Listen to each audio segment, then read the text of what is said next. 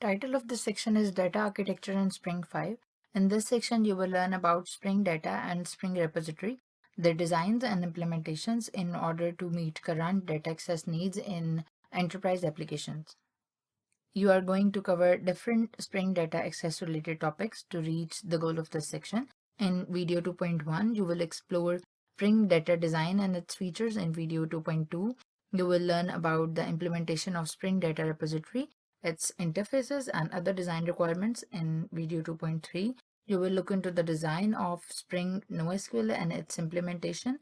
In the last video of this section, you will learn about the different technologies to access RDB and NoSQL data design. The title of this video is Exploring Spring Data Design. Spring Data is an umbrella that takes care of SQL and NoSQL and databases and reduces the efforts to use them. In this video, you will look into the Spring Data architecture, its features, and its module. First, we will look into the Spring Data architecture. Spring Data is invented to reduce boilerplate code, which is taken one step forward than the database template. Let's look into the code example for JPA template.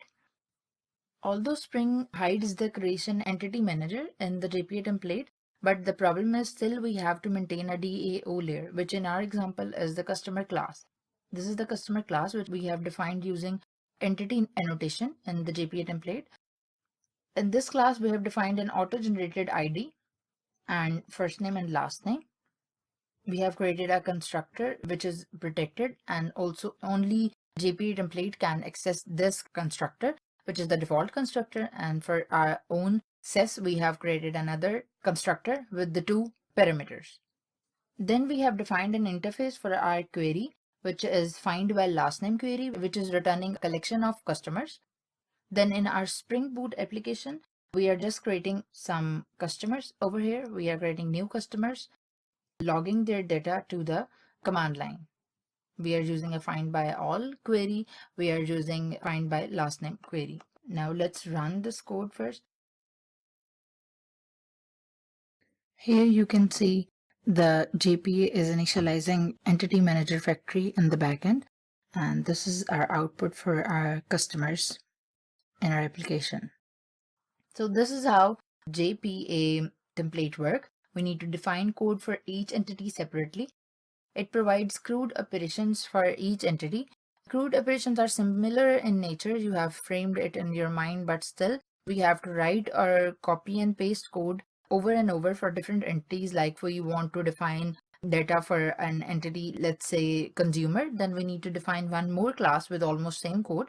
Therefore, Spring addressed this problem and introduced Spring Data, in which you don't need to write redundant code for CRUD, just define an interface.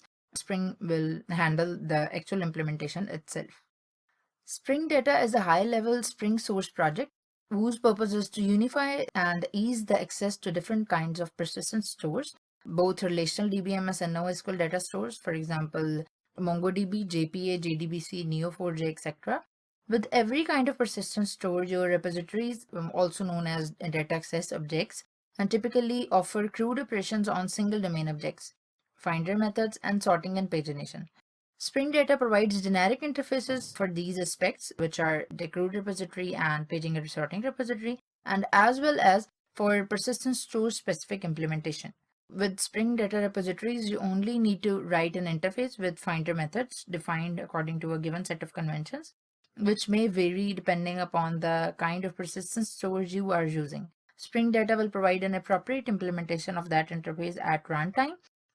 As an example, let's look into the code for user interface as it extends Mongo repository interface, which is provided by MongoDB. You will look into it later. All queries can be defined over here. We have defined two queries already, find by user full name and find by name like. All of these queries will map to the user table in the database. So that's how the Spring interface works. Now we will look into the Spring Data modules.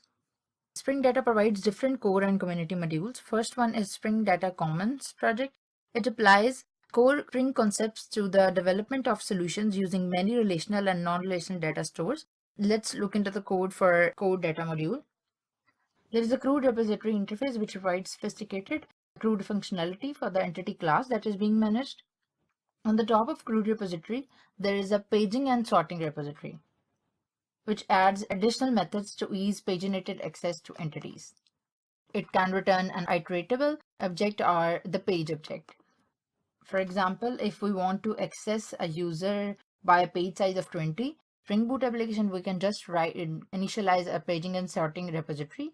Then we can just do a find all by using a page size of 20. That's how the rest of the modules work in the Spring Data with some only minor differences. Our next module is Gemfire. Now we will just have a brief introduction to the rest of the modules. Gemfire, it provides easy configuration and easy access to Gemfire from Spring applications. Spring Data JPA, it makes it easy to implement JPA-based repositories. We have looked into it in our example earlier. JPA is a part of JEE stack and defines a unified API for accessing relational databases and performs OR mapping.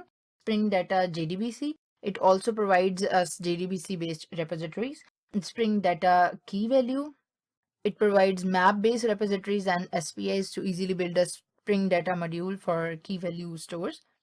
Spring Data Mongodb, it provides Spring-based object document support and repositories for Mongodb. We have looked into its example. Mongodb is a scalable, high-performance, open-source document-oriented database. Spring Data REST exports Spring Data repositories as hypermedia-driven RESTful resources. Spring Data Redis, it provides easy configuration and access to Redis from Spring applications. Neo4j is a graph database, a fully transaction database that stores data structured as graph. Now we look into Spring Data features. Spring Data makes it easy to use data access technologies, relational and non-relational databases, map-reduced frameworks, and cloud-based services. That it has multiple features due to which many companies and developers are behind this extensive technology. The first one is repository support. It is an abstraction from the physical data layer and also makes it easy to write a lot of finder methods. And the main advantages of repository support are the developer writes a lot less boilerplate code. Queries can be defined alongside finder method and its documentation, which provides dynamic query derivation. As a bonus, the JPQL queries are compiled as soon as the Spring context is assembled, not the first time you use the query, which makes it easier to detect syntax errors. With the object mapping, your domain object can be transformed into the data types of your persistent store. The templates provide low-level access to the store-specific capabilities.